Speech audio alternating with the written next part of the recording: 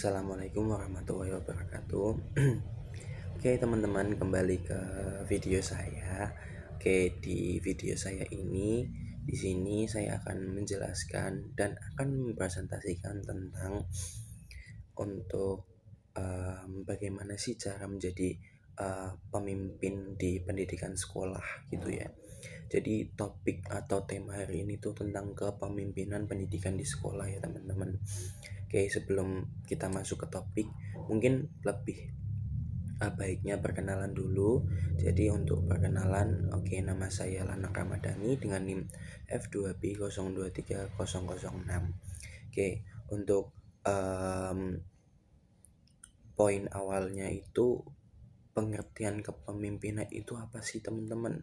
Oke, untuk pengertian kepemimpinan sendiri itu secara sederhana itu kan merupakan kemampuan yang dimiliki oleh seseorang untuk mengatur, membimbing, dan mempengaruhi orang lain.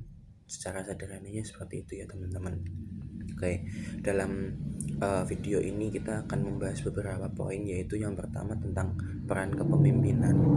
Untuk peran kepemimpinan sendiri itu apa ya? Untuk yang pertama itu pasti penentu arah. Yang kedua itu ada beberapa juga, pasti juga dalam kepemimpinan itu kita harus bisa untuk menjadi juru bicara, terus pelatih, serta membimbing atau bisa dikatakan untuk sesuatu yang membuat sebuah perubahan gitu.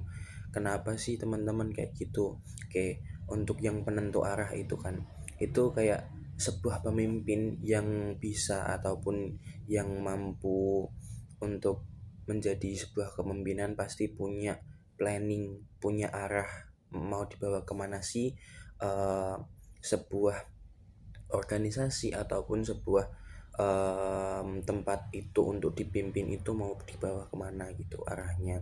Terus untuk yang kedua itu juru bicara, pemimpin yang baik itu kan kayak pasti bisa memiliki kosakata ataupun memiliki cara bicara sendiri yang terutama sopan, baik, jujur, dan kayak pandai untuk melakukan sesuatu dengan omongan ataupun kata ataupun kalimat yang baik gitu ya teman-teman.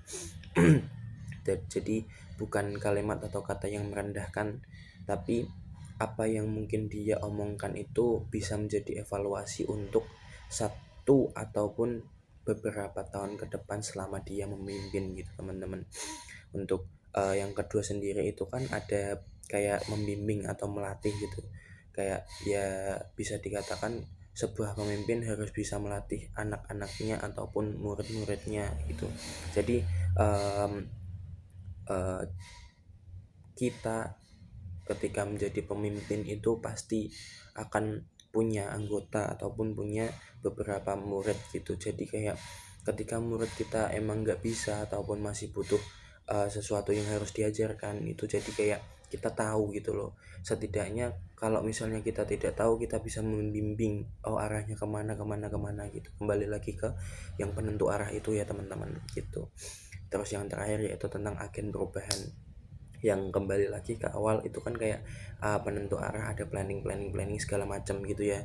Jadi kayak untuk penentu arah ataupun agen perubahan ini mungkin konsepnya bisa sama gitu. Jadi kayak pasti pemimpin itu punya planning gitu kan, pasti akan mau lebih baik dari yang sebelumnya ataupun malah lebih buruk dari yang sebelumnya gitu.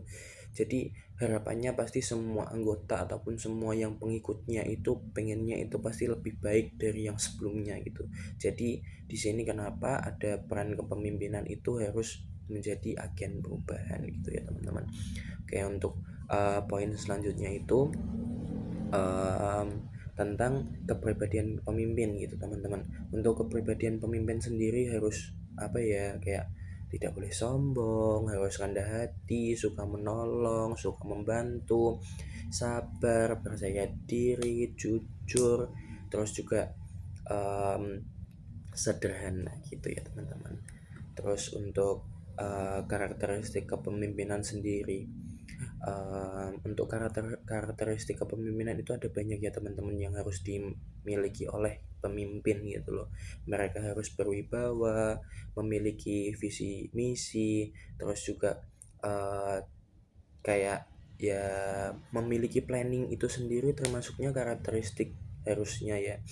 Tapi uh, ada beberapa lagi yang harus kayak memahami arah juga, memiliki keterampilan juga gitu ya teman-teman. Jadi kayak ketika diri kita udah dipasrahi ataupun udah dipilih untuk menjadi pemimpin, berarti kan yang memilih kan udah tahu gitu loh. Oh, orang ini punya potensi, orang ini punya keterampilan, orang ini punya wibawa gitu loh.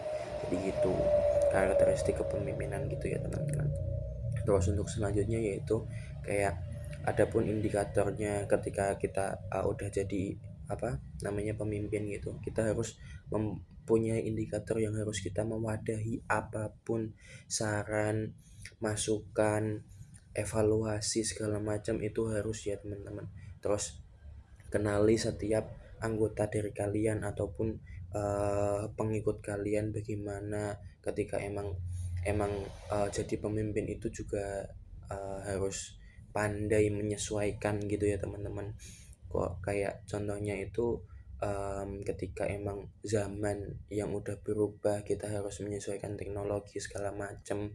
Terus generasi juga berubah, kita harus menentukan bagaimana sih generasi ini cocoknya di mana.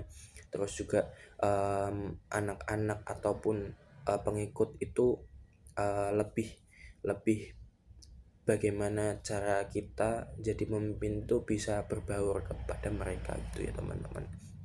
Oke, mungkin dari teori ataupun materi yang sudah saya berikan di video ini mungkin ada beberapa yang masih kurang jelas dan ada beberapa yang masih belum saya sebutkan. Tapi mungkin untuk di video ini saya cukupkan. Jadi terima kasih yang sudah mendengarkan.